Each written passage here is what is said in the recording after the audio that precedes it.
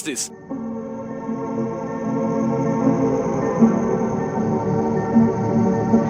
Relax, this is your safe place. Come and take solace. Here we build a better man. Pristine and so polished. Look at all the delusions we demolish. We found value everywhere, from the trades to the college. Strength without knowledge, brains without brawn. Like velvets with the builders every time the mic is on. Man, our confidence is swooning. We don't need an introduction. You know the sound. What you listening to? Menstruction.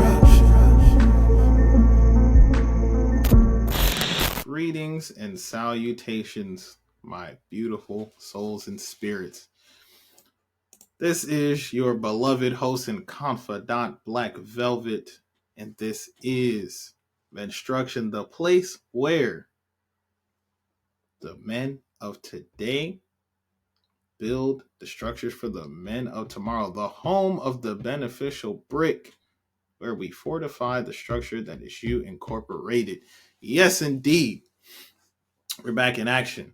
And as you can see, I came out with my purple passion paradise today because you gotta look good. You gotta look good for special occasions, right? And so what special occasion is today? Well, we have a magnifico guest today. Someone who has long been a part of the Menstruction family, but has yet to make a formal appearance as a guest. Has made an appearance numerous times on his own, but not on this side of things. It's a bit of role reversal, as a matter of fact. So I'm honored and beyond ecstatic to sit down and have a wonderful, fantastic, spectacular conversation with this gentleman. So let's get him in so that we can really explain and introduce what we're going into today, because we're going to get after it. So without further ado, let's bring into the building space a fantastic guest and my personal best friend of all time, Waladi Ali, stepping in brick by brick. And stone by stone. Wow. Just a incredible introduction for today.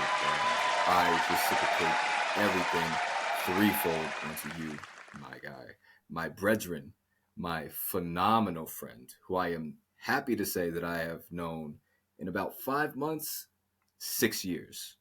We have celebrated our friendship. 6 That's years, crazy. right? That's crazy. I'm gonna be honest. I don't count them. I don't count them. I told you that before. I see no need to quantify it. Oh, absolutely. Absolutely. Because the quality is beyond 6 years, of course. Thank you for having me. Yeah. It is it's a lifelong, feels like a lifelong experience to me. It's so natural. I don't know genuinely where I would be without you. My life has only increased in quality tenfold with your existence, and when you're not around, I'm sad. I'm sad. Oh, wow. Well, that portion I receive wholeheartedly. And you honestly have indefinitely made me a better man and a better person in all of my relationships, even before you began the Menstruction podcast, because this drive and this purpose has always been within you and always has never failed to impact the people that you come in contact with. So we're thankful for you, Mr. Black Velvet. A tenet of this platform, a tenet of my life, is to be the change in the world that you want to see. I believe that wholeheartedly. So I get after it every day to make sure that that's happening. So I appreciate that. It's all love. But hey, how does it feel?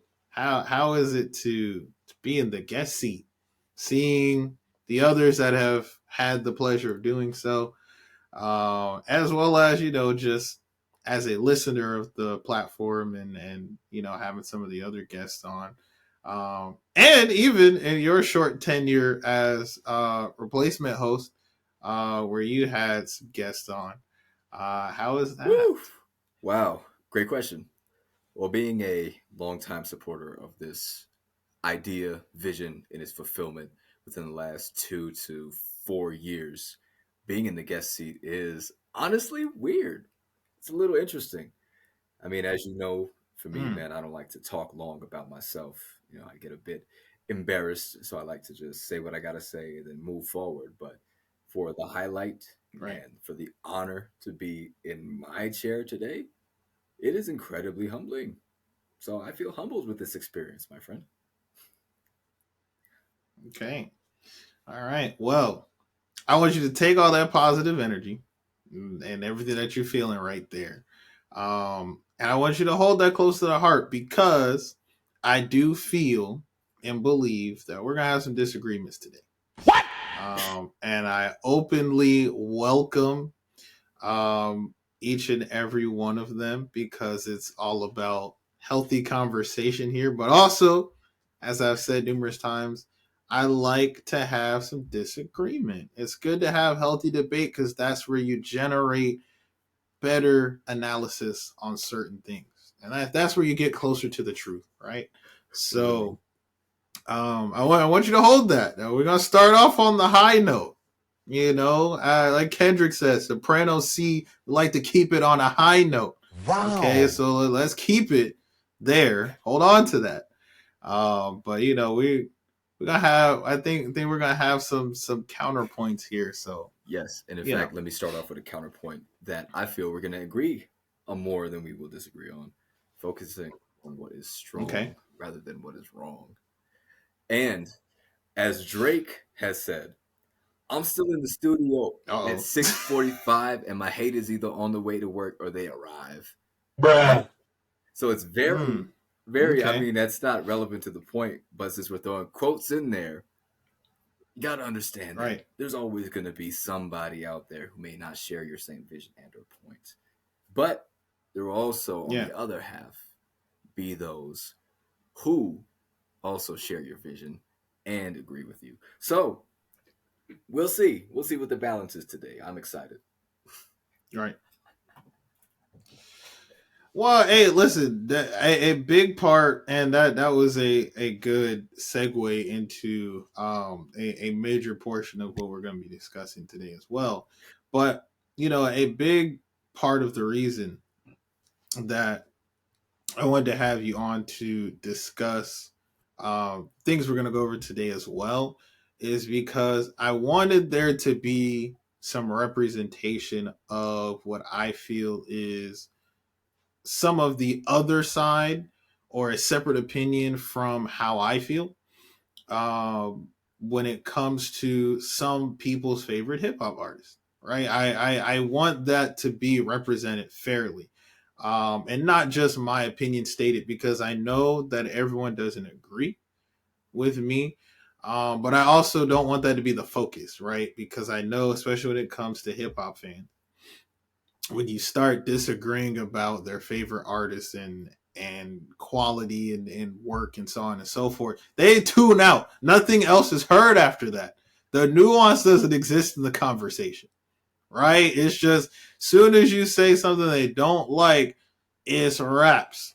If you come out and say Born Sinner is J. Cole's worst album, then that's it. No matter what you say after that, to try to qualify and or provide nuance to that, nothing else is heard. Well, thankfully, we're Nothing both else is heard. civil gentlemen who are very engaged in the art of conversing and a little bit of debate as well. So I'm sure a lot of what will come up today will just be the question of why do you think that? And what is your evidence? What is your proof? And how can I listen to you before I formulate my own answer? Can we agree on that? Right.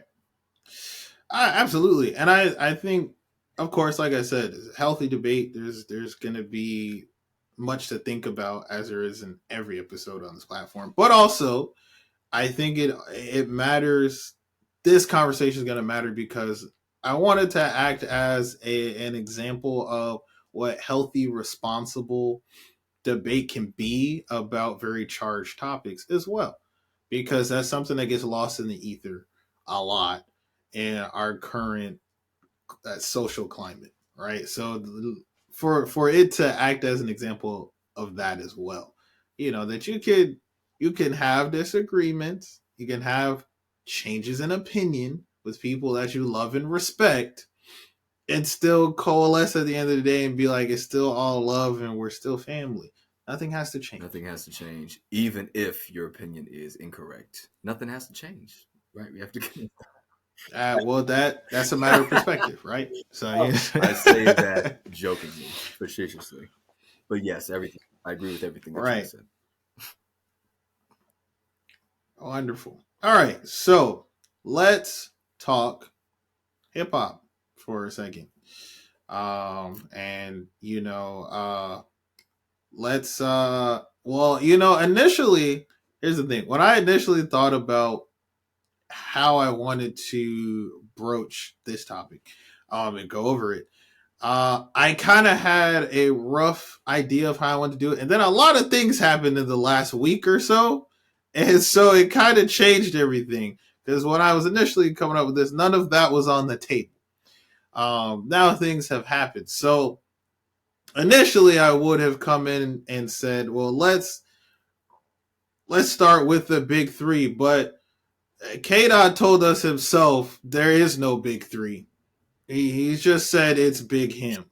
There it doesn't exist. So I don't know that I even want to start that way.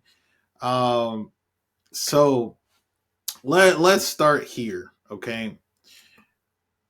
Something that I find extremely interesting in a general sense when it comes to celebrities that have large socio-cultural impacts, but specifically in this case, since we're talking about hip hop, is the comparison of themselves to idols of yesteryear, right? And so one of the things that has been aligned a lot because it's been said over their careers is who each of the big three, if we will call them that, align themselves with, right? And so, of course, the common comparison for Kendrick Lamar has been Prince. For Aubrey, Drake, Champagne, Poppy, Graham, it has been Michael Jackson. And then J. Cole has always Jermaine Cole has always found himself uh, just kind of finding a place, right? And so he's just really idolizing and having a great appreciation for so many. Um, he never really just chose his icon to align with. Maybe Nas at the closest, but even then, he never really went that far to align. And so, what I kind of was thinking about in preparing for this conversation too, I had this thought the other day when I was driving home.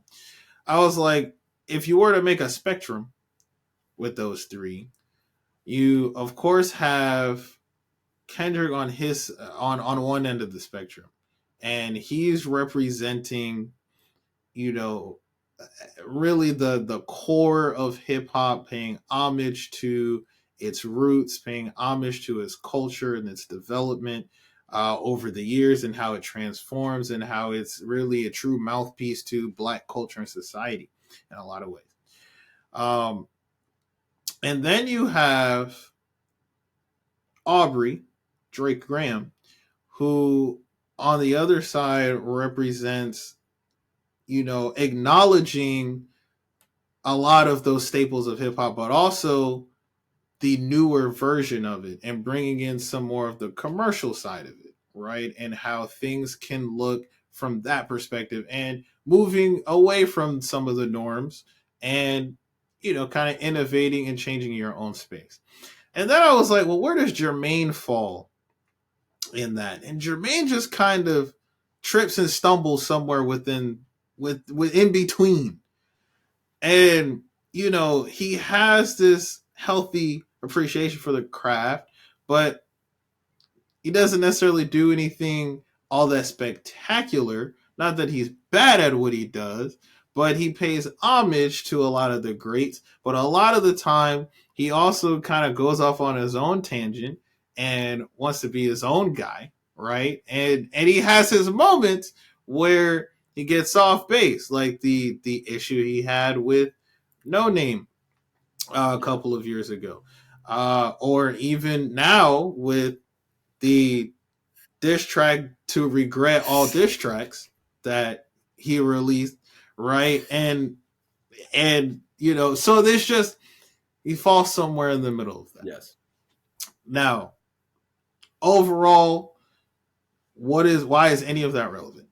I bring all that up to say I find the dynamic very interesting, and the reason that I think there is even a debate and or question about a top three is I think in many ways the way that this is now starting to crumble in regards to who's standing where and how, and now that internal strife is happening, but also just the reaction really in the situation of all three of those men.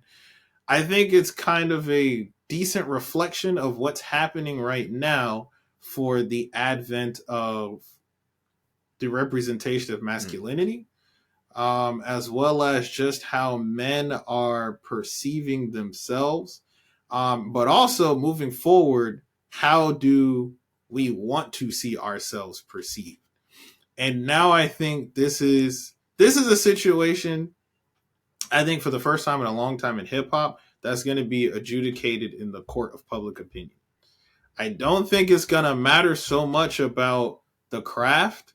It's not going to matter so much about who has the biggest hip hop impact, lyrically, sonically, or the commercial impact, like who's bringing the hits, like it was with the Meek Mill and Drake situation, which came down to commercial success, or Drake versus Pusha T, which came down to who just had the stronger performance. I don't think it's going to come down to that. I think this is, in many ways, just going to be about the court of public opinion and specifically the men who were charged in that situation deciding, okay, this is the rep. This is the rep that we want to go. This is who we feel represents us in the best light as a young millennial black male. Mm. Mm-hmm. Mm-hmm. Yes, that is plenty to digest, and it all happened in the span of less than 3 weeks, right? Like you said, we had Yeah. Kendrick Lamar come out publicly and say it's not the big three, it's just Big Me. We've had J. Cole be the first among the two of him and Drake, the coalition of him and Drake, to respond directly. Whereas Drake, interestingly enough, man, he's been doing sneak diss captions, right? And he's been taking shots at concerts, right? Sometimes be performing erratically Right. because you can tell that this situation in some form or way has affected his camp, same as it had affected J. Cole's camp. So indefinitely when we discuss the terms of the representation of black men within this type of sphere, one thing I would love to bring up is the people that they keep around them specifically, right? Yes. Yeah. Yeah. Talk about that because I want to dive Right. into that as well. So as far as Kendrick Lamar's circle, I can't really speak on that. It was very interesting to see that Mr. Morale and the Big Steppers that came out, which was more of a self-diagnosis, more of a therapy type of album, discussing the flaws in Kendrick's character over the years and how he's seeking help and guidance, right?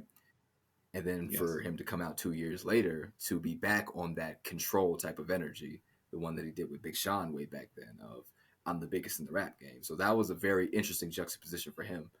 But discussing the camps of OVO and Dreamville, I've noticed that Yeah. in the OVO camp, Drake's best friend slash security manager Chubbs came out and publicly said, "Yo, Kendrick need to drop something. Tell that little boy to drop something else. Tell him to drop this. You know what I mean? All that type of stuff." So if that's his head man, Mm. one of the people that are in his ear as another black man, then clearly the Right. people majority had to be the majority of people in Drake's camp saying you got to respond or this is disrespect, and we can see that very clearly and admittedly so by J. Cole himself at last night's concert when he said, "Yo, I've gotten Yes. millions of phone calls, thousands of phone calls, and text messages from people closest to me saying, you got to respond to this, you got to do this," even in his song 7 Minute Drill. So the Right. reason that I bring this up that's so important is because somebody else is speaking for these people specifically and causing them to make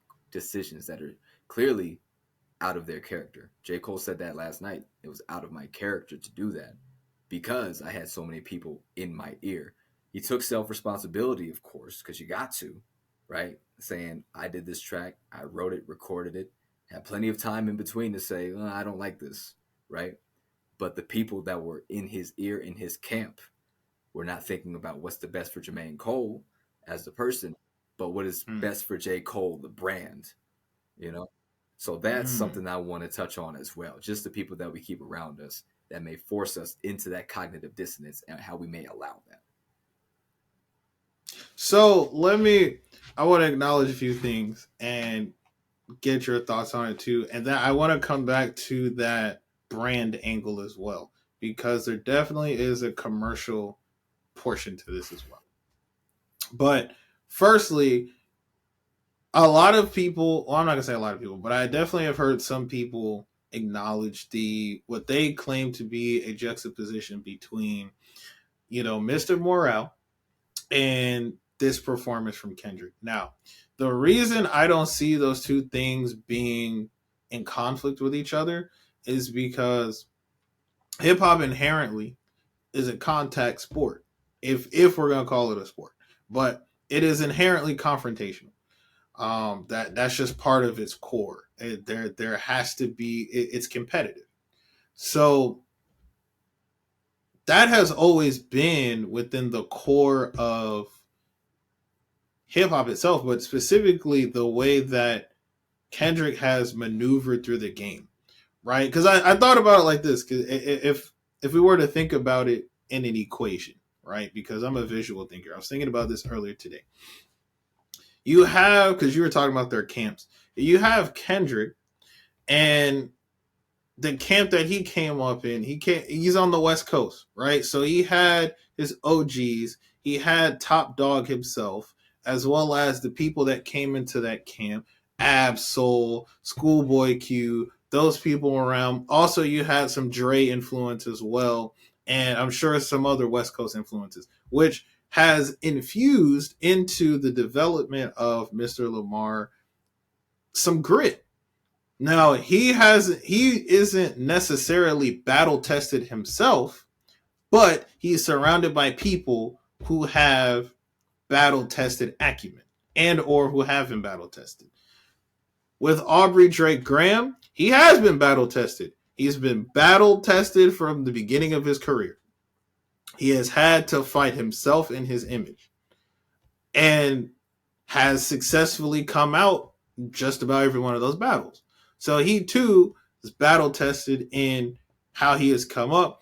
And also, again, if you consider some of the influences that have gone into that, a lot of the people in the OVO sweatshop, formal battle rappers. Then you bring in Jermaine. Jermaine in this, not battle tested, and has had no reason to be. He has relatively found a comfortable spot in his career for most of it and has been there. Now, he has grown, obviously, in his abilities and his commercial success. But for the most part, he's been in the same comfortable space where he hasn't really been attacked ever. He hasn't really attacked anyone, and he hasn't had to. And then again, if we're talking camps, and I don't know, I'll have to look it up. Or if you wouldn't mind looking it up for me as I finish this thought, he was signed to Jay over there at Rock Nation for a minute. I don't know if that's still the case, but either way, you still have Jay's influence within his development as an artist, and then all the people that come into that, right? So that's a lot of East Coast influence, but also that's a lot of commercial influence. So when you consider it on that scale, of course that's going to change how each of them respond to hip hop conflict.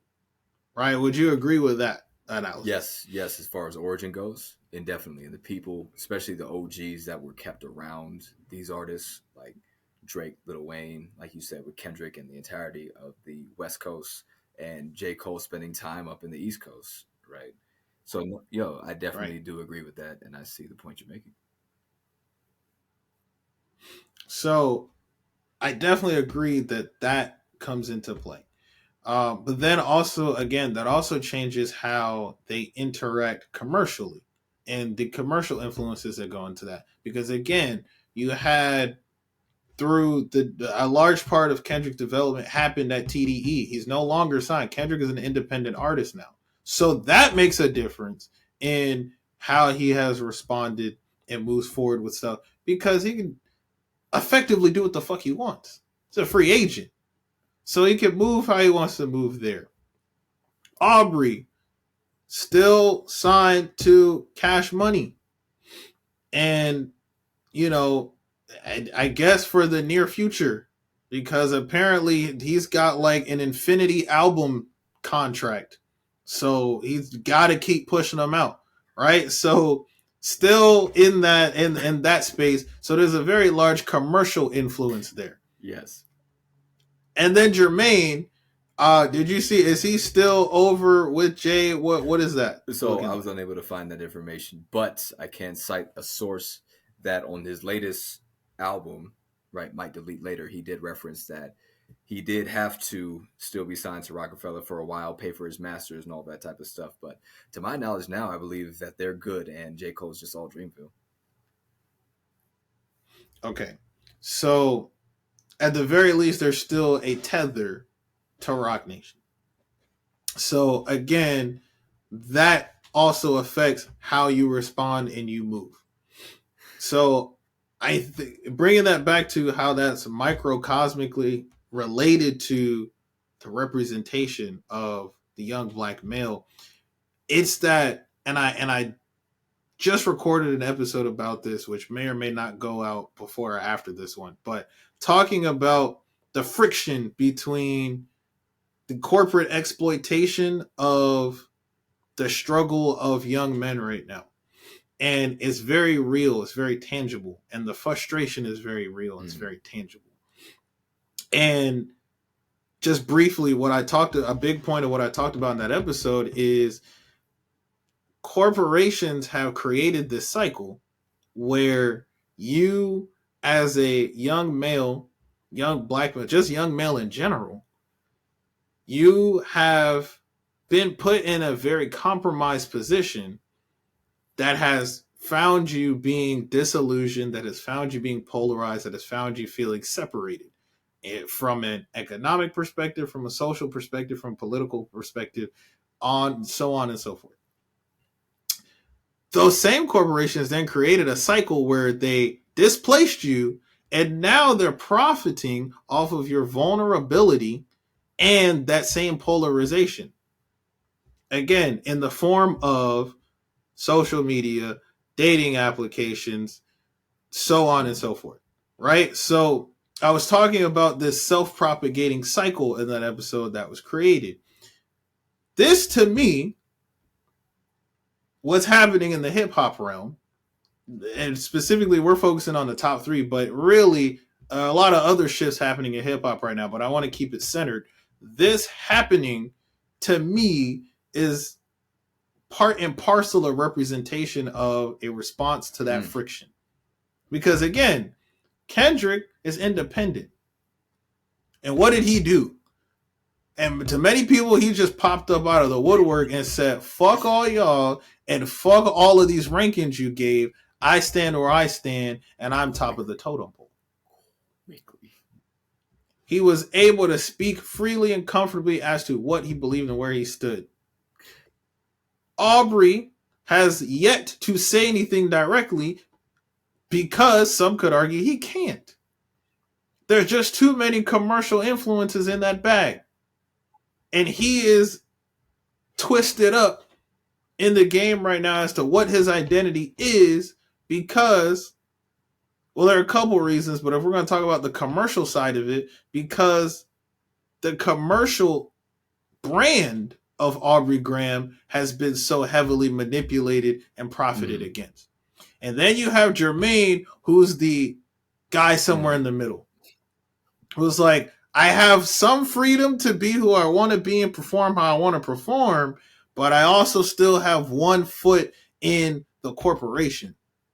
And I can't quite jump out just yet.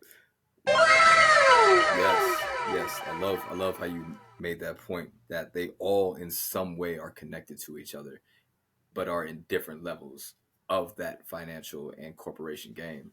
Like you said, Kendrick is fully independent, so he has lots of leverage and leeway. Drake, out of all of them, definitely has the biggest brand to maintain. A lot of people still eating off of him, whether that's in public and or in the shadows, right? Mob ties, right? And then Jermaine Cole exists as he always has, somewhere in between, right? To the point where he is actually able to say, because you wouldn't catch Kendrick, especially not at this point, or Drake probably ever saying, this affected my spirit, this did not feel right, and literally taking back Yeah. from and I've never seen this before. That's why the last 24 hours has been oddly conflicting for me, not being based in another grown man's business, but just the sake of being in this high level position, right? And saying, I was wrong for that, which J. Cole has done a Mm-hmm. lot of, which, for better or for worse, has done a lot of, I was wrong for that. I probably shouldn't have did that, you know? So, no, Right. you make some very solid points with that. And that commercial aspect is definitely there. And with what you just said as well about how there's this introspection, right? There's this self-awareness that exists, especially for Jermaine, and that has existed for what most of his career. I mean, I think one of the greatest representations of his self-awareness, albeit in my opinion it was a little whiny at the time, but when he was talking to Nas and talking about when he heard through the grapevine that Nas didn't like what was it, Yeah, workout or yeah. something like that. And he dedicated this track on the album to talk about it. Now, on one hand, I really appreciated it because it was acknowledging, wanting to impress and have that connection with a legend, right? With someone, or more so, again, because I always try to take it back to realistic life examples. To me, it kind of represented that connection that you and I have spoken about so many times of older generations of men connecting with younger Mhm. generations of men in a healthy, productive space. And so when Jermaine did that, to me, it was like, okay, well, no, I think he's actually truly trying to give homage and respect to Nas and maintain a connection with him because he wants to get some of that Mhm. mentorship, right? Which again to me was still kind of ironic because it's like you're signed to Jay, whatever. So there's that part, but then it also came off as a little whiny too because it's like, okay, but you were doing your own thing and you're your own artist. And if that's the move you decided to make, then you own that. And that's if not, you don't even know the full context of what Nas said either. You don't know if he was just like, I don't love it. I don't love this part. I don't love the hook. You don't know that. And that's one song out of, even at that time, a longer discography. Mhm.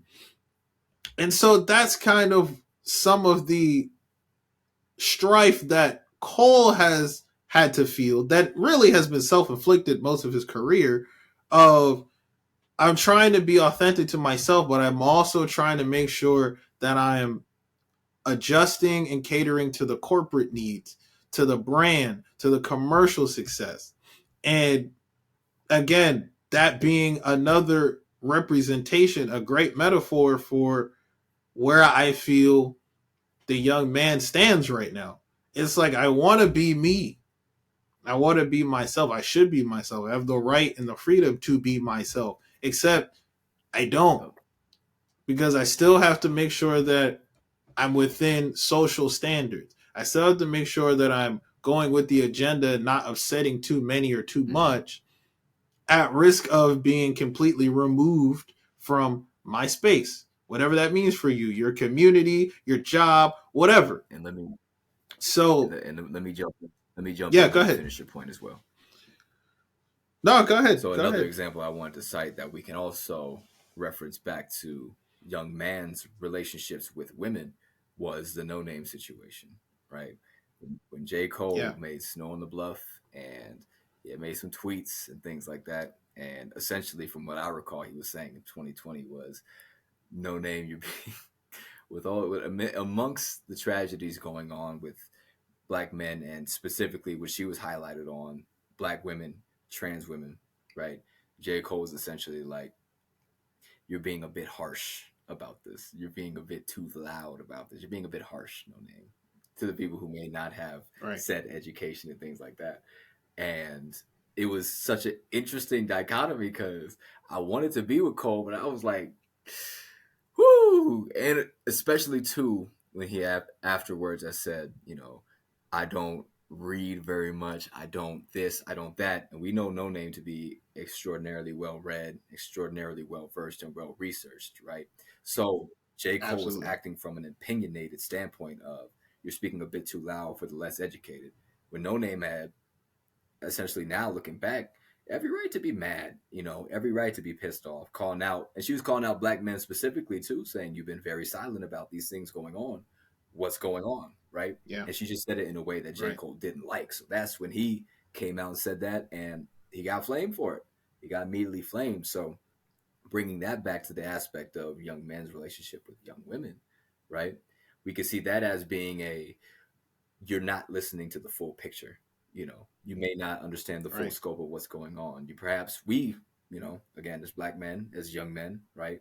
We may be seeing, heck, even in reference with the Nas situation, we may be seeing what we want to see, but it's just a smaller portion of that.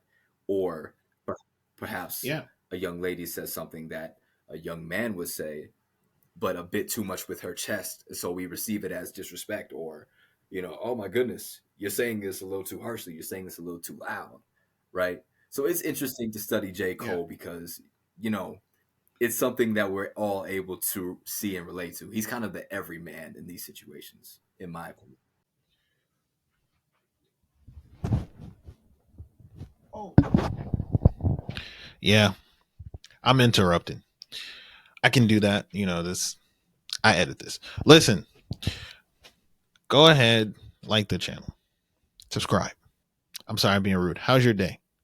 Did you subscribe yet? Great. Are you following on your favorite streaming platform? Ah, I see. Okay. Did you know there's it's a Patreon where you get, the exclusive stuff, the tracks, the rest of the notable quotable episodes. Oh, you just know everything, huh? Okay, okay. Get back to it then. Yeah, and I agree, and I think that's a really good descriptor to put on him as being the everyman, especially because of how flawed he is. I think that is what really makes him the best candidate for that, because he misses in so many ways that are understandable. And when the others, when you see Kendrick miss, which is a rarity, or you see Aubrey miss in a way that the way that he does it, it's expected. So then there are different standards that are applied. So I definitely I agree with that. But going back to what you were saying too, I definitely agree that there has to be some connection with when it comes to how the relationship happens with women. Absolutely. I think that there's something to be said on that point, and I want to get back to that in a second. But a big part of that to me is just your it was tone deaf. It was very tone deaf, There we that go. response. And a big part of that is because to me the context was missed. If you are familiar with No Name and her discography, which I am, I'm a No Name fan. I've listened to all her stuff. Her last album that she just dropped was fantastic, highly recommended. Then you would know she's always been outspoken. You would know that in all of her projects, she has always covered those lesser addressed topics from her perspective and has infused it craftily into her work, but has also just kind of said it out there, not mincing words, not being metaphorical. It's like this is it, and this is what's going on, and then finding other artists to help expand on that message too. So for him to respond that way, it's like, well, you also just don't really know who you're talking about because that's always been what it is. And again, relating that to this really manufactured man versus woman culture war that's happening right now, it's again, you're not considering things, and you're not considering the context of who you're dealing with. There's this idea of, and we can kind of transition it here to the lack of nuance with a lot of things, where everything has to fall into a bucket, and you either got to be in that one or you're in that one or you're in that one. And it's, well, you can be, why can't multiple things be true at one time? Why can't you be dealing with someone who that's how they represent themselves and that's always how they've spoken, but maybe they also didn't approach a situation with the right level of cordiality? Why can't multiple things be true?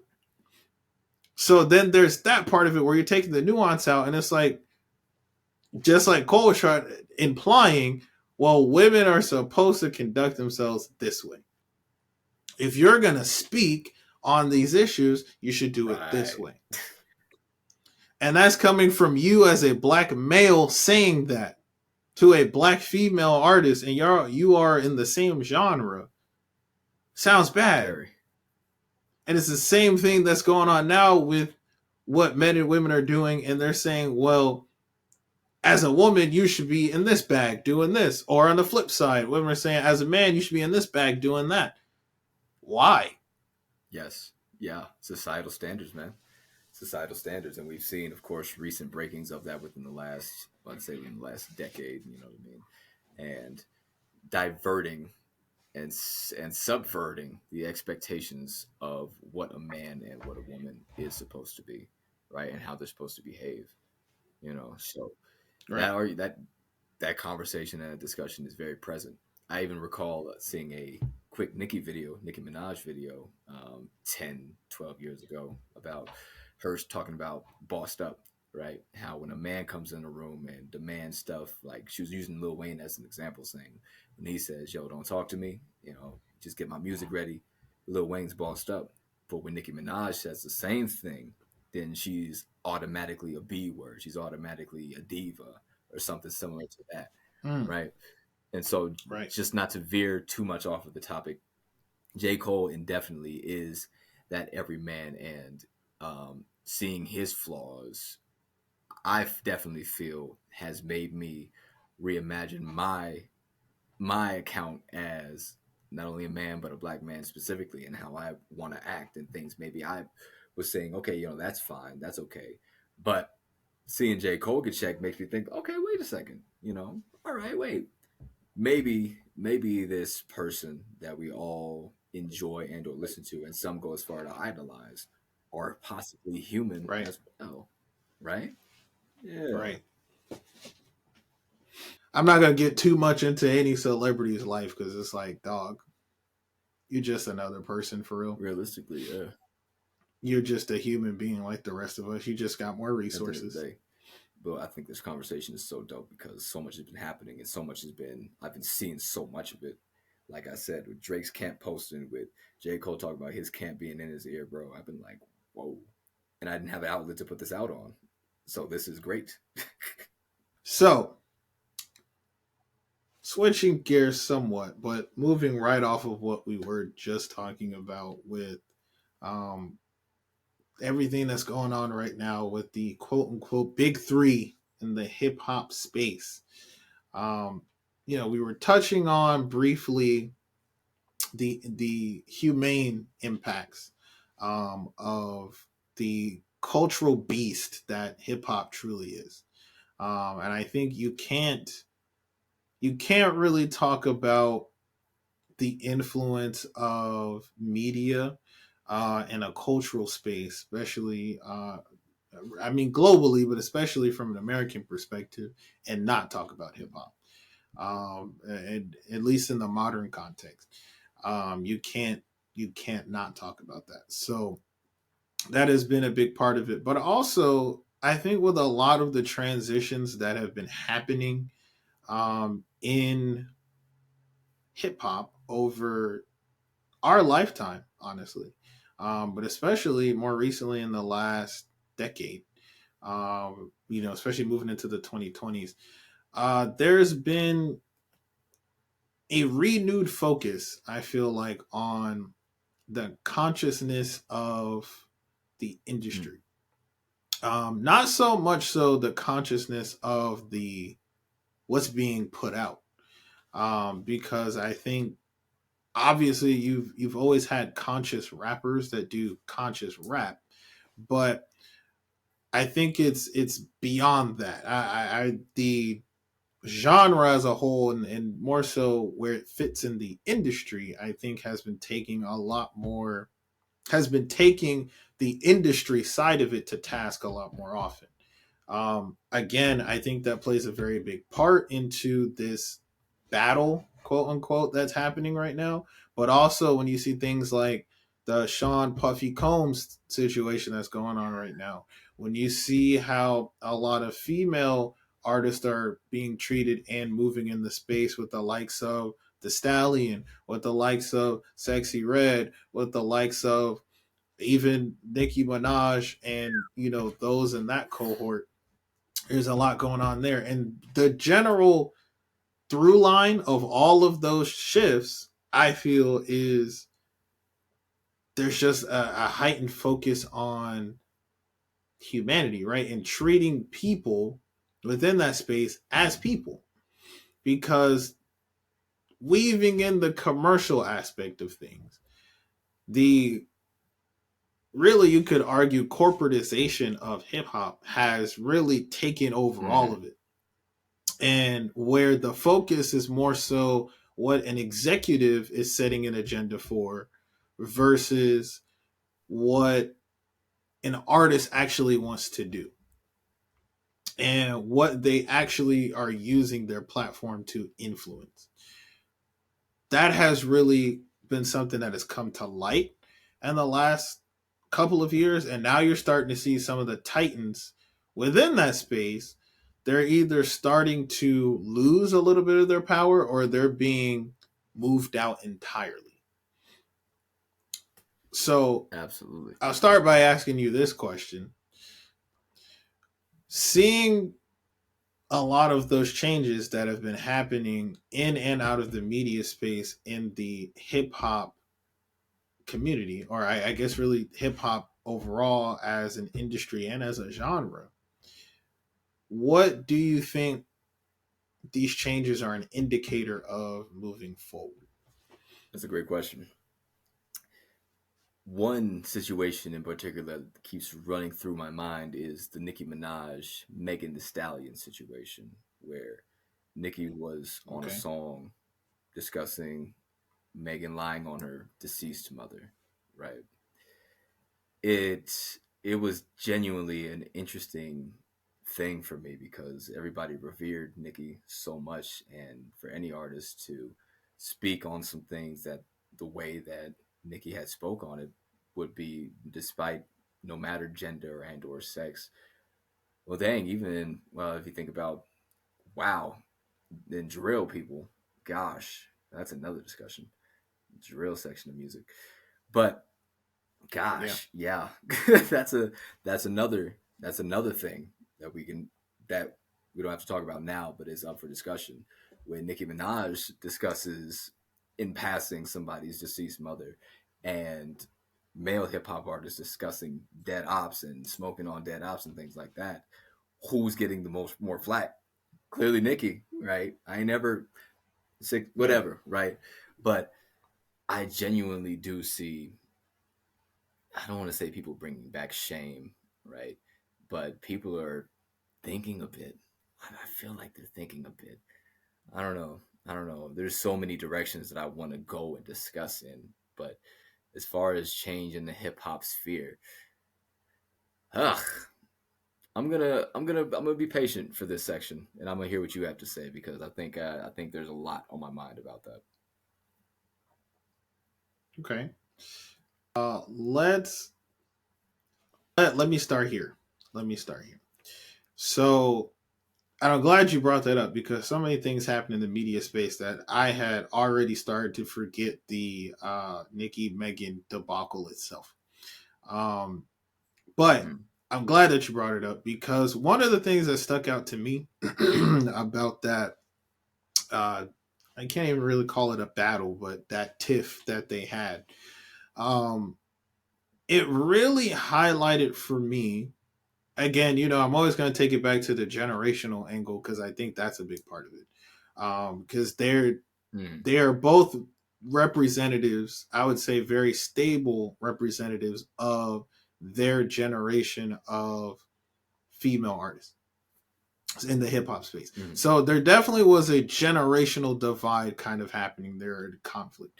But beyond that, what it really was highlighting for me was the character of these people that we, as the general public, try to deem cultural icons. And because we discussed it before, I struggle with the term icon. I don't like that term. I don't like the idol thing. I don't like any of that. Because to me, at the end of the day, these are all absolutely. people, meaning that they are flawed, Right. meaning that they are biased, meaning that they're gonna serve their own interest first because that's just what you do as a person, and for better or for worse.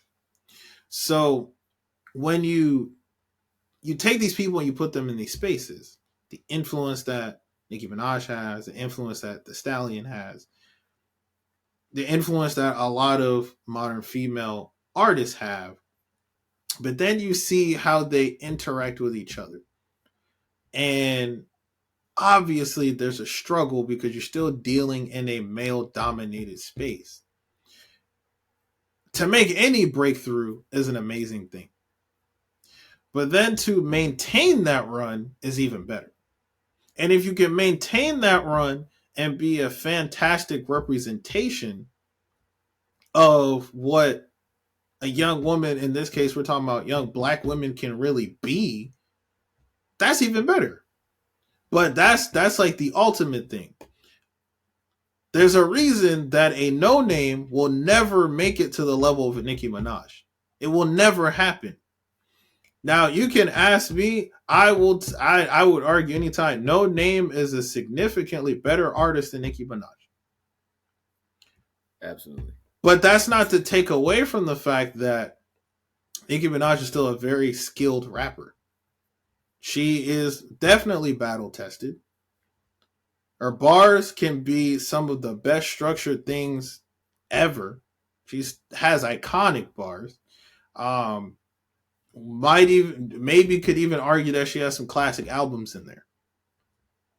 But when it comes to overall representation as an artist, even though No Name has a significantly smaller discography and a shorter run overall, still a better artist due to how she presents herself, due to the things that she chooses to cover consistently, and just due to the output.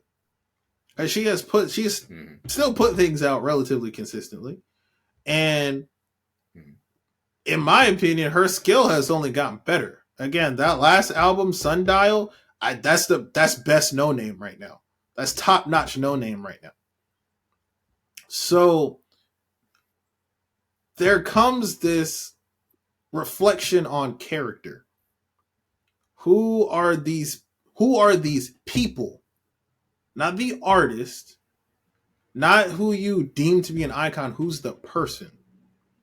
And that struggle for a lot of people to see the humanity, to see the person, to see the character versus the artist is where I think now the veil is being pulled away and more people, Mm-hmm. and now this brings it back to our cohort and our generation, are seeing that divide and are actually acknowledging it. Because to me, the better, healthy way to consume your music is to say, I really, really enjoy what this artist creates. That doesn't mean I like the person. That doesn't mean I'm going to idolize the person. That doesn't mean I'm going to follow in what they do and listen to the bullshit that they say I should do. I'm just going to enjoy the music, and that's what you should do. And again, going back to Yep. what we were talking about earlier with nuance, you should be able to say, I really, really like Nicki Minaj's Pink Friday album, but I don't really fuck with how Nicki Minaj has told young women to do X, Y, and Z, or has implied that this is okay. Or if you even want to go more currently, how she got into a tiff with another up and come. Well, the Stallion's not really up and coming anymore, but another established female rapper who's just trying to do her thing and make her to signify her position in the game. You should be able to have that nuance. You should be able to say both of those things and they be true and not conflict with each other. I love that. I love that. Yes. Yes. Thank you for sharing that. And you have made me think about the nuance of being able to listen to an artist's music and be able to say, I enjoy what this person is saying because you don't think about it, right? So I know for myself, I listen to a lot of Russ, right? That's definitely my favorite artist currently, right? Because of the things that he's saying in his music. He discusses his flaws, but also he's self motivation type, saying, we all have demons, things like that. We can uplift each other, we can battle against that, we can remember God, whatever that looks like. So when we talk about two things being true, there is a possibility of listening. This is a very big hypothetical, but I'm sure there's people like this, but people listening to a Sexy Red and a No Name as their top five favorite artists, but being able to have the nuance of when do I listen to this and what do I take from both of these artists, Yeah. right? Sexy Red goes crazy in the club. I love that. If I'm working out or if I'm trying to de-stress, Sexy Red. If I'm feeling extraordinarily introspective and I need to read something, listen to No Name or go to No Name's reads. You know what I mean? So being able to have that dichotomy of person is very Right. interesting as well, right? But not following either, saying both of these are infallible, both of these are the way to go, but finding the mesh between them and saying, well, what part of them is speaking to who I Yeah. am as a person, and then take it Absolutely. from there, right? And this is, and I'm gonna be inflammatory for a second because on the other episode that I referenced where I was talking about the uh really just the overall commoditization of that vulnerability of men, I got a little upset on that. I was upset on that episode. That's why I decided to go for it. But Mm. I kind of want to touch on that a little bit again. So the shit that pisses me off about a lot of when people don't have that nuance and they're unable to establish that dichotomy is it always has a really ridiculous limit. So when it's someone that you like Mm. or that you really appreciate, then that nuance doesn't have to exist. Everyone should have their space, everyone should be accepted. Except for who I don't like. Well, then you don't actually feel like everyone should be accepted. Everyone shouldn't be in that space. Which, if that's the case, just say that. If you're jaded, Mm. just say that. If there are certain people Mm. that you are against, say that. But let's stop acting like, and this is my general frustration with a lot of how this social engineering happens in society where you're supposed to pretend that we have to accept all of this part of society and nothing can be said on it. There can be nothing that can be said against it, or they're infallible. There's no wrong that can be said because we're in a space where we have to now accept this part of society. No, you don't. Oh. And this agenda that keeps trying to fortify that is very frustrating because then it becomes a catch-all where now nothing can ever be said. And so when something's legitimately wrong or needs to be addressed, it becomes a problem. Mm-hmm. Case in point, bring it back to Jermaine. Now, apparently, and I gotta see if I can find the lyric. But on that album or EP, whatever, that just came out, Yeah. apparently there was something infused in there about there was some transphobic lines that Jermaine put into that album on a song. And it's been the second headline coming out behind the apologist tour that he's doing right now. So some people I'm quite sure are very upset about it just because it's like, well, why are you even addressing or speaking on trans issues at all? Whatever you're going to say in your space is wrong. On the other side of that, sure, as an artist, as someone who's in the cultural space that he's in, although he reduced some of his social capital the last couple of days, sure, he can speak on that. Why not? Now, is there a certain way that it should be addressed? Sure.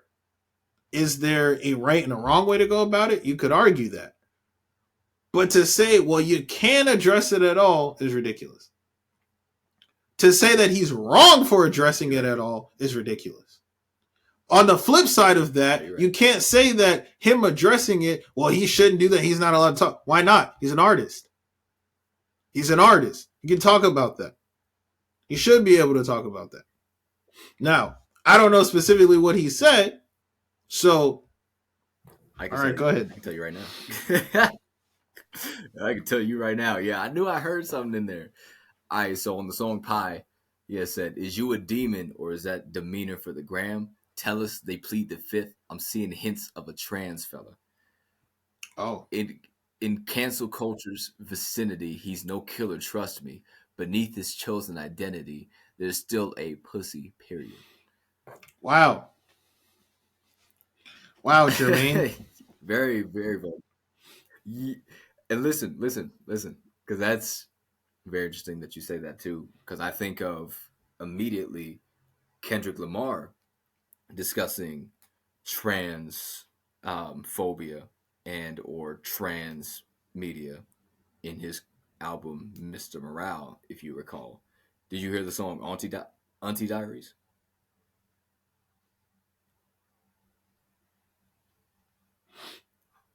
Uh-oh. Hello.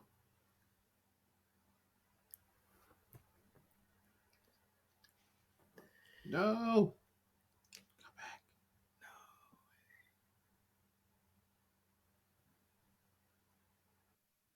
No. We'll be back after these following messages. 400 something years what it took. The most beautiful brown on every screen that I Did you know that your host makes music? That's right.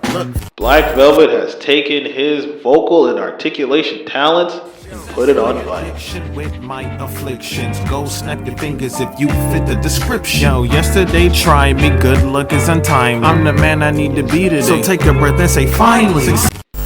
Valentine, trying to get you can find his latest release, Hard Drive Hits, on all your favorite streaming platforms. Just search Black Velvet Hard Drive Hits. Let's get you back to that show. As I was saying, I was referencing Kendrick Lamar's Auntie Diaries on Mr. Morale, the Big Steppers, right? and the mixed review of that. Did you get a chance to listen to that song? I did not. I did not listen to most of that album actually. So I'm behind on that. All good. Full transparency. You were good, bro. So in Auntie Diaries, from what I recall, it was a story about his uncle who was transitioning, right, from being a man to a woman. Either that or it's backwards, but irregardless, his uncle slash auntie was became his uncle slash auntie. I wish I remember what it was, but that had received mixed reviews because it was a personal story for Kendrick. And at the end of it, Kendrick had discussed how he was in the church talking to the pastor in front of everybody, saying, if it's supposed to be love thy neighbor, it should be love thy neighbor, irregardless of what their identity is, what they're going through, right? Yeah. So upon listening to it, I was like, that's very dope. That's very big of Kendrick to release this song and discuss the story. Whereas some critics had seen that song as performative and or not going as deep as he should have on the topic, right? So I could definitely say that there's always going to be mixed reviews no matter what you discuss. Some people are going to be like, oh, that was hard, that was dope. Other people are going to be like, that was problematic, I didn't like that, either because you didn't go deep enough into it or I'm just offended, right? Rightfully so, unrightfully so, right? So this is the first time that I'm hearing J. Cole being slammed over these lyrics, right? And I honestly don't have an opinion on it based on just the landscape of people being insensitive or whatever, such as the short. But one thing I like to bring up too is check this out. So I think of Tyler the Creator, right? Okay. And how he has publicly and privately accepted his homosexuality, right? And in a space where Is it homosexuality? Is that where he landed? Because I at last I was under the impression, and I haven't been following, but I thought that it was bisexuality.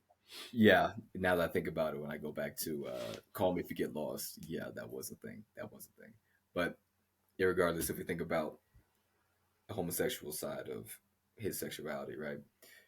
Okay. He is definitely in the past said plenty of things, that were homophobic or things such as that, and or probably from what I'm drawing from just sticks and straws here, bro. But the main basis of if you're not of that, if you're not of that republic or of that congregation, it's automatically taboo for you to speak about it, right? Yeah.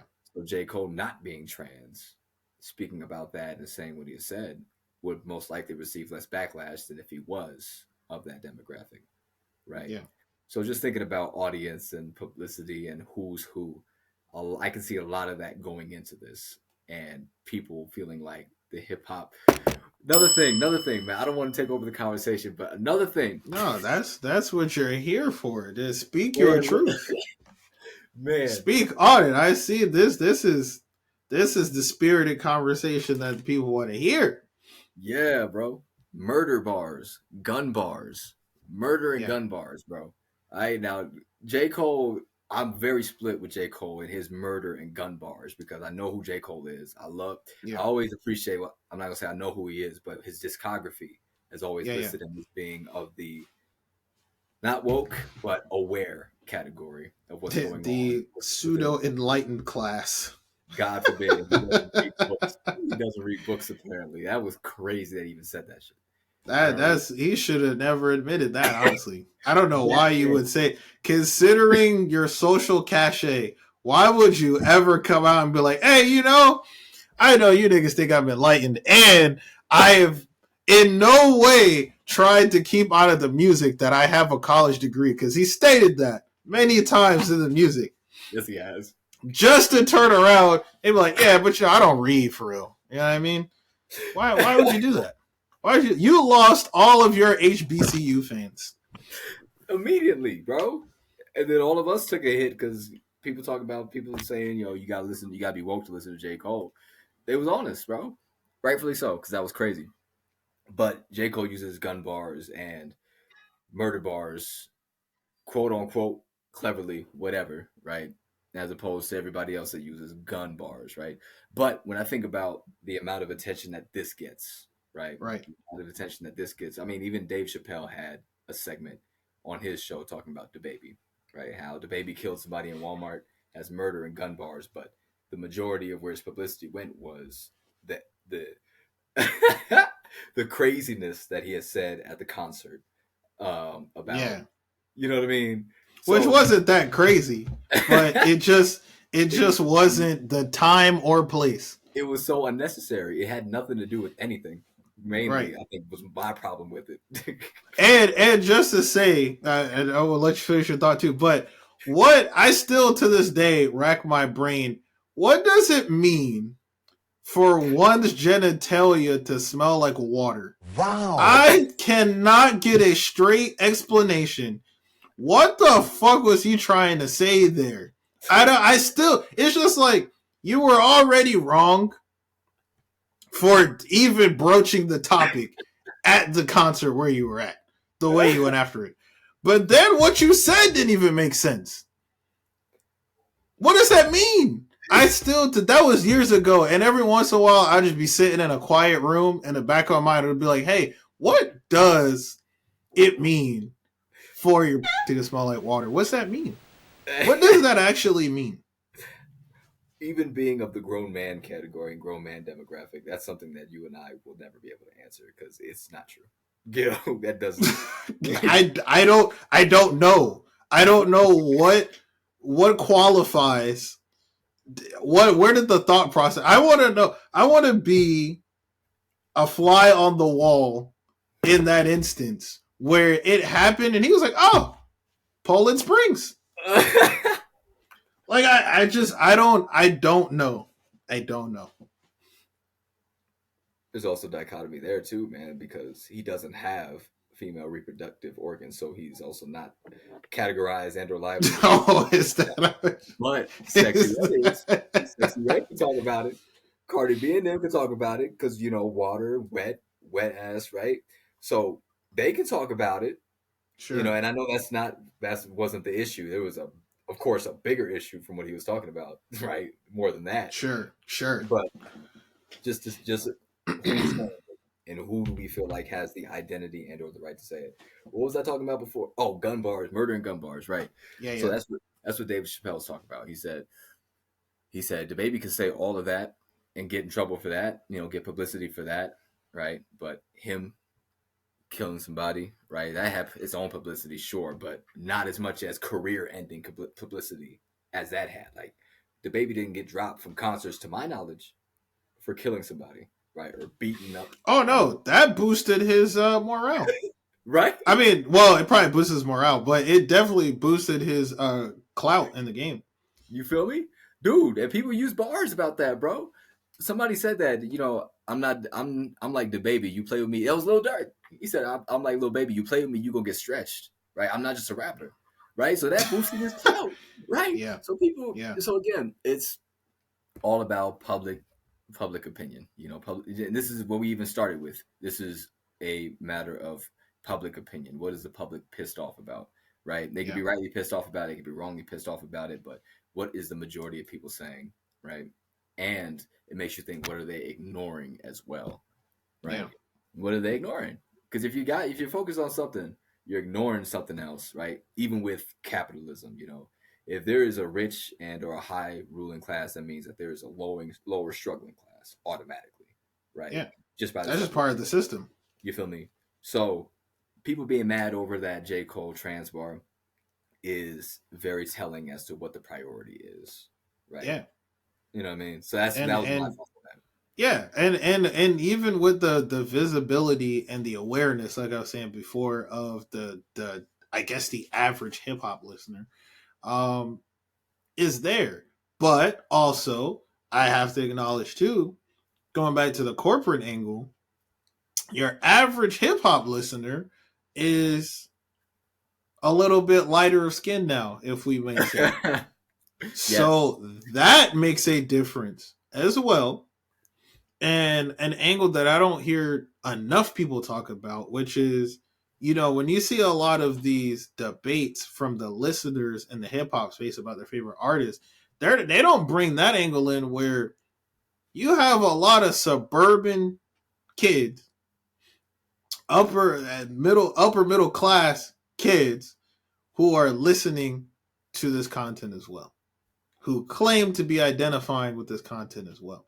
And they're infusing their opinions into it as well. And so when you have certain things that come up and people are like, oh, well, what are you talking about? Our people aren't really worried about that. Black people don't talk about stuff like that. We're not. First of all, that's not always true. But secondarily, you can't cut out that very significant portion of the listener base that's not black people. Great point. You can't leave that part out because that's part of where that now, again, it's a separate debate as to whether that's for better or for worse. But that is the reality of the average hip hop listener. So you got to take that into consideration. And they're there. And to me, it's kind of funny, honestly, and I'm being inflammatory again for a second. It's really funny to me, the hip hop critics, especially the old head black ones who want to shame the white listeners, but they love them when it benefits them. Because when it was Tekashi 6969 with all that rainbow shit in his hair, and he was up there talking about, stupid. Oh, everybody was writing then. When he was up there doing that track with Nicki Minaj, everybody was writing then. Saying the N-word like it was given out like Tic Tacs. Everybody was writing then. So it's just interesting to me where people want to draw that line and gatekeep. Yeah. And that goes to everything we address. When it comes to you want to talk about trans people, if you want to talk about homosexuality, it's something about where people draw the line. And I'm talking to us, black people. Now I'm talking to y'all. It's interesting where I'm not even going to say we because it's not all of us, but where some of y'all like to draw the line with some of these things that go on with us. It's just interesting where you like to gatekeep. And it goes back to what I said before. When it's convenient, then I'm going to accept everything. When it goes against what I personally like, nah, I don't want that. Strike it. Get it out of here. Yes. Get it out of here. Yeah. Yeah. Exactly. And you made me think that public opinion can't be trusted. Similar to as celebrity idolization cannot be trusted. Because everybody's drawing from different wells and experiences, and nobody's going to be consistent. I think that's the main point of this conversation. So, yes, you have brought up some topics that have made me realize that public opinion is not consistent and cannot be trusted truly. And same thing with the idolatry of my favorite artists is going to be consistent in what they say and what they do and who they are. The music is going to match the person, essentially. Right. And what their public persona is going to match who they actually are in real life. So even what we just did, saying Jermaine Cole's gun bars, right? For what we know of J. Cole, he's not about that life. So we give him an automatic pass. Right. So it's not consistent, but it comes back to, self-reliance and asking, what do you say? But that comes into conflict as well, especially with young men, just like you said, when society displaces us, right? And we don't know what we're saying because we're so infatuated with, well, this person won't let me down, right? They've been consistent in their public persona. Maybe I should follow what they say, right? We're not listening to that I within ourselves anymore. What is the public saying? What will I get canceled for? What can I think? What do I have permission to think, right? That's another thing to think about. What do I have permission to think? Right. But please, what do you think about all that? Well, I love that question. Let me answer that question. Because here's where I see the issue being. It's something that I have hammered on this platform, and I'm going to continue to hammer on because I want to hear the conversations. It needs to be discussed and addressed. And I have an acronym for it. SEAR. SEAR, socially engineered alternate reality. That is where a lot of people are living. And in a lot of cases, I feel like it's outside of your control. But there's this socially engineered alternate reality where you have been told these things. It has been said that the social standards of how you're supposed to live, how you're supposed to act, how you're supposed to think has been established for you already. Not established by your peers, not established by the people around you, not established by the people who have a shared experience, but established by those who can profit the most off of you being in line with those things. So what do you have permission to think? Whatever the companies tell you to think. And that's it. Your freedom of thought is quickly being eradicated. And I'll probably address it more moving throughout the season. But when you see things like the book bans that are happening in Florida, when you see things like the consistent defunding of schools, of public institutions specifically, when you see things like the censorship of what would be considered classic literature in a lot of ways being removed from educational facilities or trying to be rewritten to take out certain terms. When you see things like that, how do you not question it? But then on top of that, how do you not feel like you're being told what to think and how to feel? Your freedom of thoughts being eradicated. And it translates directly over to the commercial side of things. Whatever is going to maximize profit, that's the agenda. And I talked about this again in the other episode that I keep referencing about how I was kind of split on it, because on one hand, the American way is to monetize. But then now I think we're really starting to pay attention to the ramifications of this American ideal of, if you can monetize it, you need to monetize it. Not asking the question of, should I? Not considering the ethical or moral ramifications of if we monetize it. It's just, can I? Then let's do it. If it can't be monetized, then we're going to monetize it. Let's get this bag.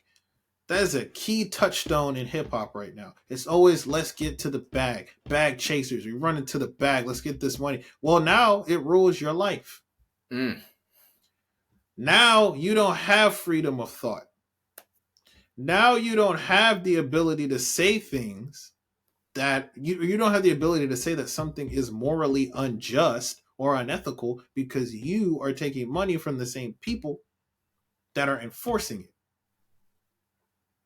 So then you have to ask yourself, what do I actually believe? And then what you feel like you're actually allowed to say you believe. And so again, I think that's where a lot of this conflict is coming in between those who are becoming more aware. And essentially, just to pull it all the way back and look on the other side of the magnifying glass, all of this divide that's happening right now, and this polarization, I think can in many ways be connected with people who feel, okay, the status quo, how it's been, is off. This corporatization and commoditization of culture, of humanity, of morals and ethics is a problem. But then you have other people who have been benefiting from it for so long, or who have recently just started benefiting from it, who are getting their own, who are drawing their own benefits from it, who want to maintain it because it's beneficial to them.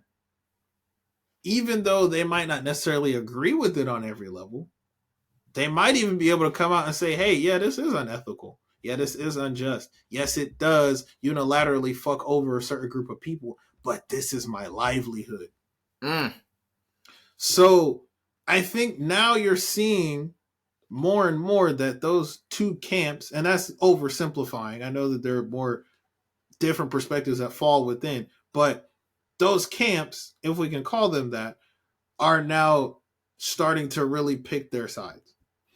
And so when you see something, that's why I wanted to start with the Aubrey, Jermaine, and Kendrick thing, because to me, that was a great relatable example of that overall concept, where you're seeing those camps divide and centralize themselves, and you're seeing who's going where and deciding what the future is going to be. What direction are we going to move in as a people? What direction are we going to move in as a society? How are we going to define ourselves moving forward? Because there's a shift happening. Absolutely. How are we going to define that? And then this is where this is the other part I want to tie into it. All of this is fueled right now by technology. Aggressively. And this is an angle that I don't feel like is addressed enough. You have great technological advancements. And in any civilization, technology is always going to come up and it's always going to advance, because as people, we always want to do better. We want to find more efficient, better ways to do things. So that's natural. That is nothing new. However, the level of advancement that technology is at right now versus where we have evolved as a people is outpacing us now. It is.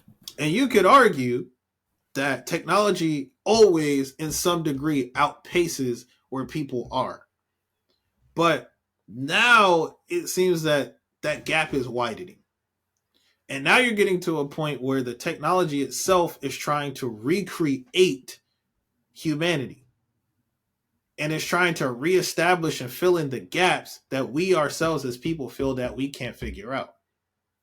Prime example, AI. And specifically what I think of is, and this shit is honestly terrifying for me. AI partners, where people can and do, you pay for an AI automated, computer generated, whatever partner. It's your girl, it's your man, your husband, whatever.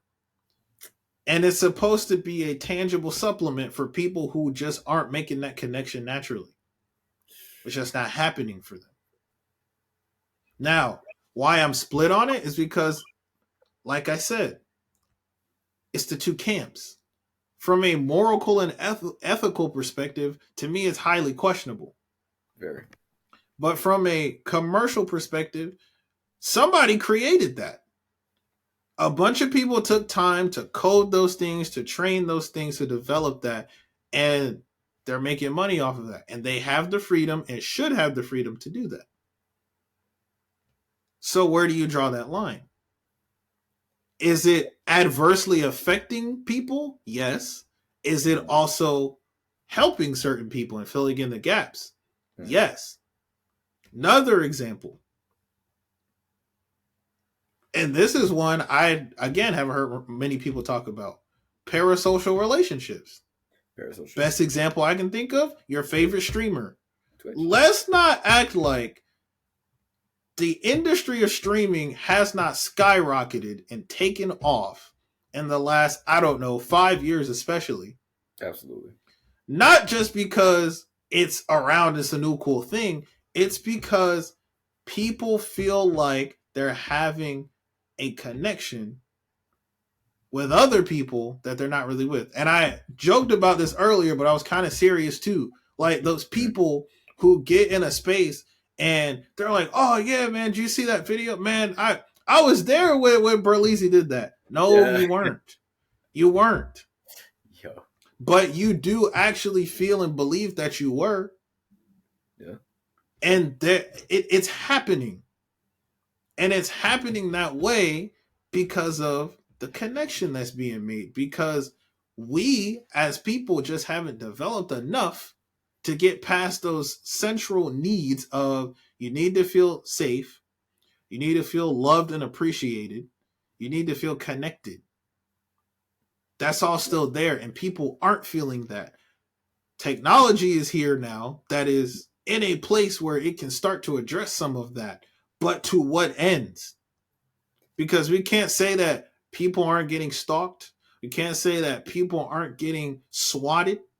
You can't say that you're getting super mega creepy fans doing stuff and showing up and doing X, Y, and Z. How many cases have we seen now of people coming out paying tens of thousands of dollars just to be in the presence of someone who doesn't even have enough respect for you as a human being? They look at you as a payday. Another number. Yeah. And let me Last example I want to provide, and I'm gonna let you in because I know you look like you got a thought, but OnlyFans, again, basically taking out all the major obstacles of sex work. Again, split opinion. Does sex work have a place and should it exist? Absolutely. Are the people that do it and, make that their career, is that something they should be allowed to do? Absolutely. But on the other side of that, when it comes to exploiting the people that you're exploiting to the extent that they get exploited, and then being entitled and telling them, well, I shouldn't be treated this way, or I shouldn't have to deal with this, even though you are truly finessing thousands of people out of hundreds of thousands of dollars without any real human connection, can you say that you also didn't bring that on yourself? Self-exploitation. So it all stems back to, we're finding ourselves in a place right now where we're trying to find a foothold of what's the next step into our future. What direction do we as humane beings want to step in next? Definitely agree. Thank you for sharing those points. And the thing that I kept thinking of while you were making these points is what we talked about, two things being able to be true at the same time, right? We can look at these things and say that's stupid, that's horrible, that's terrible, but it is also fulfilling the invisible need of a demographic, right? Mm-hmm. And I'm glad you brought up OnlyFans, because I think of just pornography in general, or even social media in general, specifically even with self-referential, right? Those women that we know, right, who may not be interested in us, that we don't know, right, or maybe weren't able to build up a strong connection with, right? Their public profile or whatever is open to the public, right? Even if we're sexually attracted to somebody, their bikini pics are all on their profile, generally, typically, right? So we start building up these parasocial relationships of, well, I may not be in touch with her, or I may not, him or her, right? Yeah. But I could still be able to be a part or see parts of their lives, right? So that like you said, that parasocial has definitely been around, but with the enhancements of technology and AI, it's become streamlined and, dare I say, even more acceptable, to where, like what Kendrick said, it's like the feeling of being in an apocalypse, but nothing is awkward. It's the feeling of being in an apocalypse, but nothing is awkward. A lot of the things that perhaps people in the 90s or 80s would classify as insane for the future is normal for us now, following these people that we've never known and things such as that. And it comes back to that gap of, well, what is the gap? What are we missing? And it'd be hard to answer that for society as a whole, but we can definitely start with ourselves and say, when I do attempt to go towards these routes, these parasocial relationships or whatever it is, what do I feel like I'm missing, right?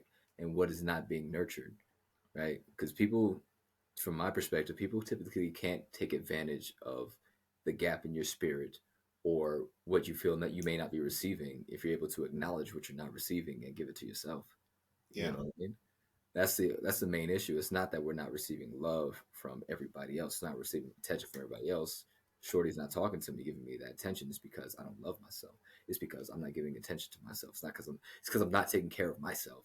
It always starts within, right? But that's not what's being promoted. It's being promoted as you need this external in order to validate you, when you should really find that validation within yourself. People aren't even being given the options or the tools to validate themselves, right? Yeah. And if they are, it's something that benefits somebody else, right? Because it's not profitable to help yourself.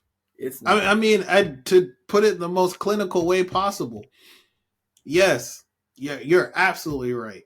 You have to work with you and figure that out. Of course, you're going to need help along the way, Mm-hmm. but that's not profitable. It's profitable to externalize that. This is the problem. You have too much social media usage. Download my app that's going to turn off your this app and that app and pay me $19.99 a month to do that for you. When you know what you could do, you know that power button that's on the side? Press it. It turns the screen off. You're done. Put it down. And put it away. And even But that's not profitable. Even think about self-help gurus, right? Who tell us the same thing, saying you're not taking the time to be with yourself. Purchase my course, and I'll show you how you can be with yourself. Or even when I reference Russ, right?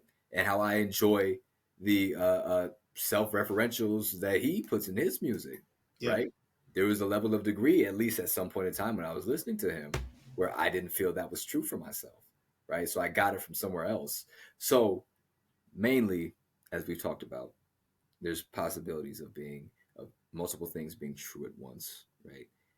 And it definitely depends on what we choose to focus on, right? That's why we talk about the swaying of public consistency and of idolatry consistency, because focus changes.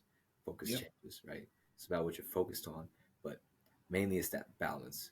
Because as you had said, we're going to need help along the way. You know, we are communal beings. We can't just exist within ourselves.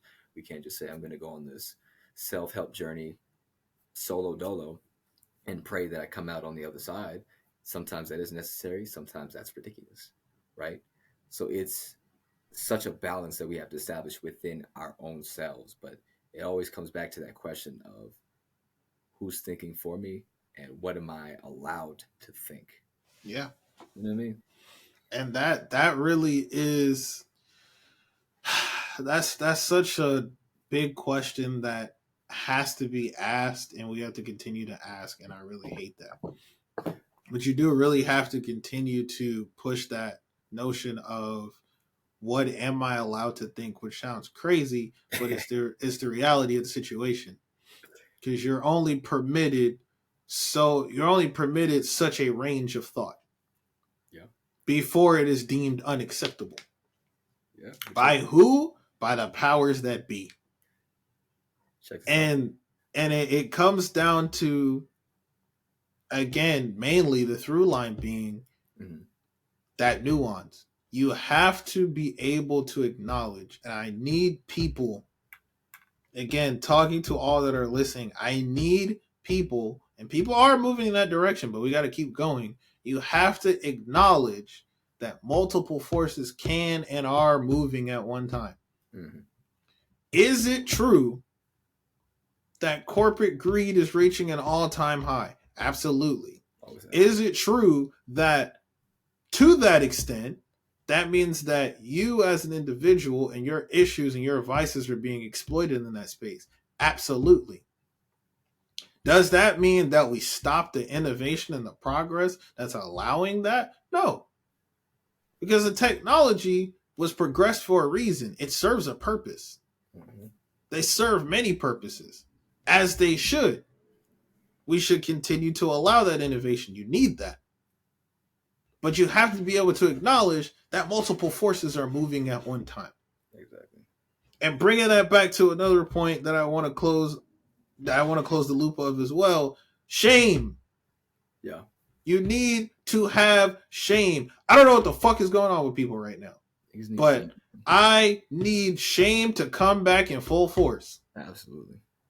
And not just because there are certain things that I'm just tired of hearing, but more so, it's just necessary for our social fabric.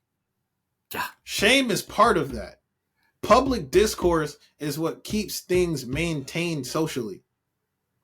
When you get rid of public discourse, then there are no limitations. So, of course, people are going to do whatever the fuck. Shame is the limiting factor.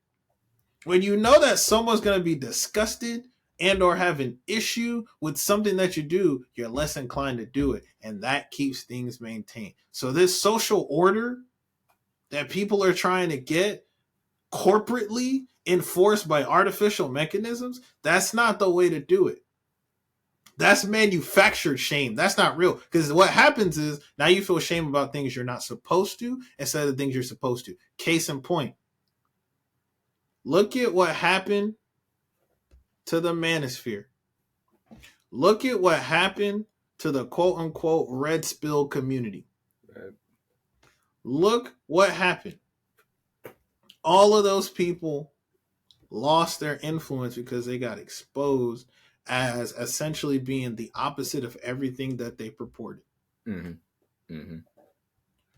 I need people to pay attention to those things because a lot of the time, in a very general sense, and now I'm talking to the men specifically, the males specifically, we got to be careful about the type of dudes that you really follow behind and follow the example of. We've addressed it here from the celebrity perspective. Mm-hmm. We have addressed it from the corporate perspective. Let me address it one more time from a personal perspective. You got to be careful with those people who seem like they're taking very strong and defined stances against certain things and telling you that's where you need to fall in line. Let me tell you why. First of all, as we already addressed, it's because they have an agenda and they're trying to benefit. Now, why does that agenda matter? Why do I keep repeating that? And why will I keep repeating that? Whether it's from a corporate perspective or a personal one, it's simply about control. Point blank, period. Socially engineered alternate reality is about control. Point blank, period. Mm-hmm. They want you to fall in line and follow a certain thing so they can take advantage of you. So that you can fall in line so that they have control. It's about control. Point blank, period. You have to pay attention to that. The reason you need to be careful is a lot of these people that take these hard line stances are fucking liars. How many times, whether it's on a personal level, somebody in your family, whether it's in the news cycle, have you seen a powerful male figure come out aggressively anti-gay, aggressively anti-trans, aggressively anti-this? And what do you find out? You got 14 male lovers. Yeah. Yep. You pay for trans escorts every other week. Maybe trans yourself, yeah. Exactly. You yourself have finally decided to come to grips that you are trans. You have to be careful with these people, these male figures especially, with these hard line, just these declarations, and you getting behind it because you feel like they're addressing something that you feel. I get it. You feel disillusioned. I get it. You're frustrated. I get it. You feel like you don't have a place. We all feel that. I get it. Mm-hmm. But that's not where the answer is. They don't have the answers. But rest assured, if they're taking a hard line stance on something like that without addressing the nuance and taking all shame out of it, if you feel like you have no shame, if you feel comfortable now being completely against gay people and they made you comfortable with that, that's a problem. You have lost the nuance. You've lost the shame. Let me ask you this, because you seem very passionate about this. Why should this audience listen to you? You know, that is a fantastic question. And it will be no surprise to you that I ask myself that question all the time. And I come to different answers, but this is the one I'm going to go with for right now. Listen to me with a grain of salt. Take what I say, as you should always do, and as I have always said you should, which is as a point of consideration. My perspectives and my opinions are not the end all be all, because then I'm a hypocrite. Everything I just said about all those other people, I would then be applying to me. Be careful with them. Don't listen to this, but listen to me. No. I'm not saying that. I've never said that. on this platform, as I've done and I will always continue to do, is offer a point of consideration. Because I want you to think. That's what I want you to do. I want you to think. Don't follow blindly, but also don't just challenge me for no reason.